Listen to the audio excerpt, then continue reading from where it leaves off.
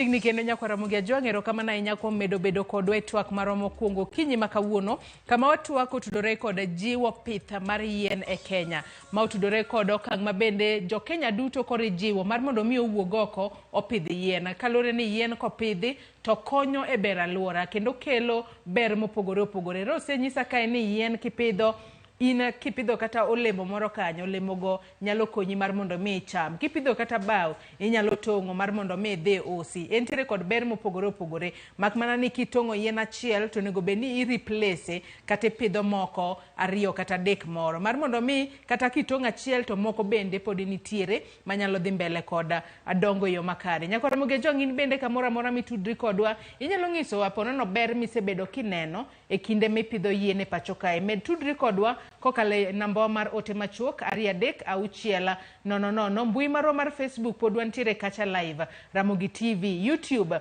bende wantiere live Ramogi TV, X kacha bende wiki kwil godo ibiro yudowa Ramogi TV. Pod antiere kae kod Rosa Kombo, apisa e migao mar alwora. Rosa, ang'e ni sani iwacho ni wantiere kod koth e pacho kae. Koth ma bende nyaka sani ang'e ni iwacho ni en short rains kata ok ochwe mang'eny ahinya. Ang'o momiyo ponono ber pidho yien mana e kindegi ma wantiere kod koth matin to ok en koth mang'eny ahinya? Erokamano maduong' nyadendi Joyce, aneno ka koro in mtaalamu mar alwora mar mazingira. Ber mondo wapidh yien e short rains nikech kaka nasewacho, yien kaka cham mamoko ipidho ndalo ma pi nitiere mondo okony yien mondo dong maber. To mar ariyo, kwa pidho yien e short rains machopo Disemba, to wabedo mana gi oro matin mar Januar gi Februar, to kachopo dier March kanyo, to long rains ochako biro kendo yien chako yudo pi.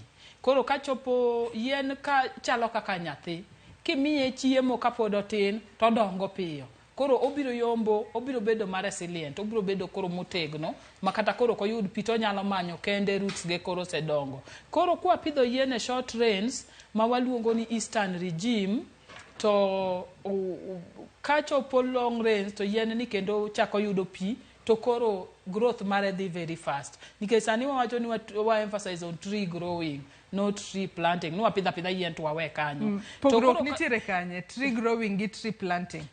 Nitie pogruok maduong' e tree growing gi tree planting, nikech tree planting in kisepidhe tiweye ni obiro dongo maonge arita moro. Kata kidhi pidhe barabara, kata kidhi pidhe kanisa tiweye. To sani wawacho ni yien mora mora mipidho en jukumu mari mondo rite. Kaka Kenya Forest Service wawacho ni kibiro pidho yien e forest wa, to wami igni adek.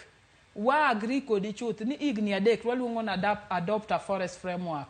Irito yien ni idoye, make sure ni onge gimo okethe, ifense nyaka obed yien makoro nyalo take care of itself.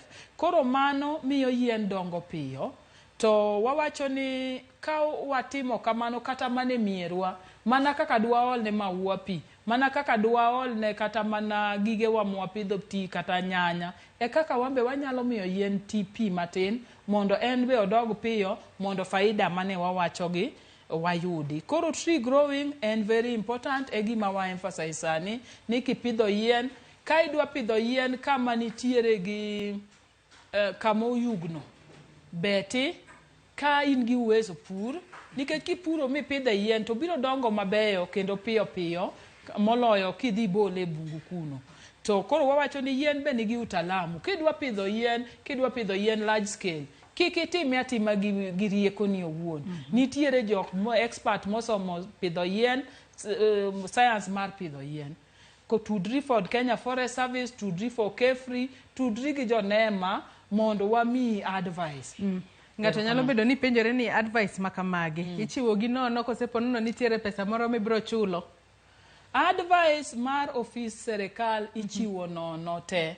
Makata technical officer no nyalo biro malim kata puothi ma uwinjru kode mo advice ni kata inyalo pidhe yien, ka inyalo pidhe ndege, kata inyalo pidhe agroforestry, kata inyalo pidhe olembe makama. Advice ni nono kuwuok Kenya Forest Service, advice ni nono kuwuok Kefri, but county government is also offering these services. To kata mana other departments ma wan go, kata mana administrators be wa build capacity gi mondo gibed gi basic knowledge, chiefe gi assistant chiefe mondo gibed gi basic knowledge. Kech ing'eni ka wan e gweng' kacha to chief en gimoro amora iluongo ni coordinator, iluongo ni national administration coordinator.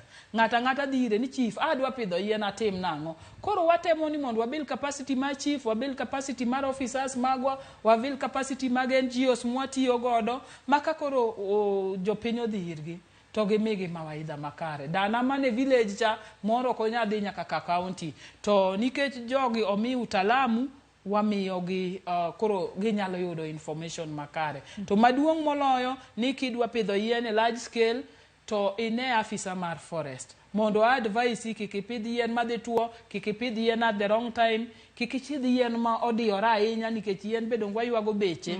Ipidh yien ma eyo mabiro mi faida. To mogik moloyo ni wan gi mahitaji mar yien, wadwa chwako yien, wadwa gedo, to be wadwa conserve mazingira. Seche moko kipidho yien, inyalo pidho yien madongo haraka to kasi imedo gi moko ma kienyeji, siala gini o manera.